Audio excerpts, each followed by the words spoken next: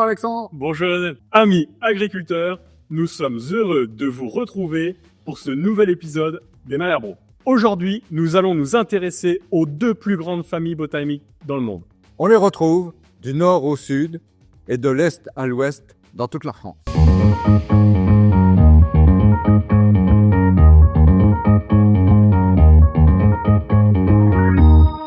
Lionel, tu nous expliques.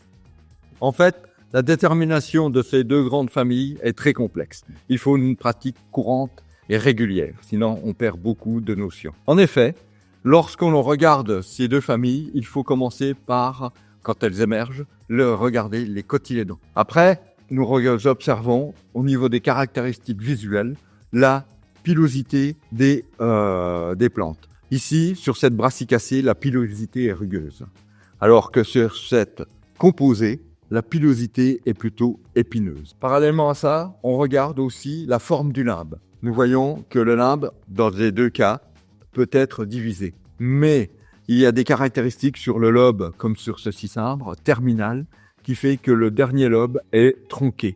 Et donc, on arrive à voir que c'est du cimbre. Après, il nous faut regarder la couleur. Il y a aussi une grande différence au niveau de ces deux familles, c'est l'odeur. Lorsque l'on mâche des crucifères, il y a une odeur de chou qui peut se révéler, plus ou moins forte.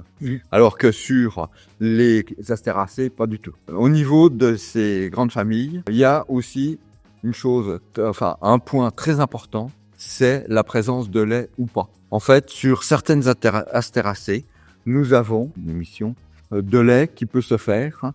Et au niveau du collet, nous observons ce lait qui sointe. Pour revenir au cotylédon, sur les brassicacées, quelles sont ces caractéristiques? En fait, sur les brassicacées, nous avons deux types de cotylédons. Ils sont soit de forme ovoïde ou soit de forme échancrée, plus ou moins fort. Alors que sur les astéracées, elles sont toutes ovoïdes, plus ou moins grands. Lionel, si je comprends bien, plus on s'entraîne, plus on va être performant. Exactement. Et le dernier point qu'il faut voir aussi, c'est la différence au stade adulte des plantes. En effet, les brassicacées, on a une fleur en croix avec des siliques qui est le fruit. Alors que sur les composés, cette fleur est composée de plusieurs fleurs, comme on voit ici, ou ici sur ce érigéron. Et c'est une composition florale, et c'est pour ça que nous les appelons les astéracées. Merci Lionel de nous avoir éclairé sur ces deux grandes familles botaniques. Vous l'avez compris, historiquement, les astéracées s'appelaient les composés, en référence à leurs fleurs, et les brassicacées, quant à elles, s'appelaient les crucifères, toujours en référence à leurs fleurs, en forme de croix. Vous l'avez compris, la plus grande difficulté est de différencier ces deux familles. En effet, une pratique régulière et courante nous permet de pouvoir continuer à différencier ces deux familles. Mais Alexandre, à quel stade c'est le plus facile de les déterminer? Au moment des fruits. Les astéracées fabriquent des akènes et les brassicacées sont des siliques. C'est simple. Merci à tous d'avoir suivi notre épisode. Abonnez-vous.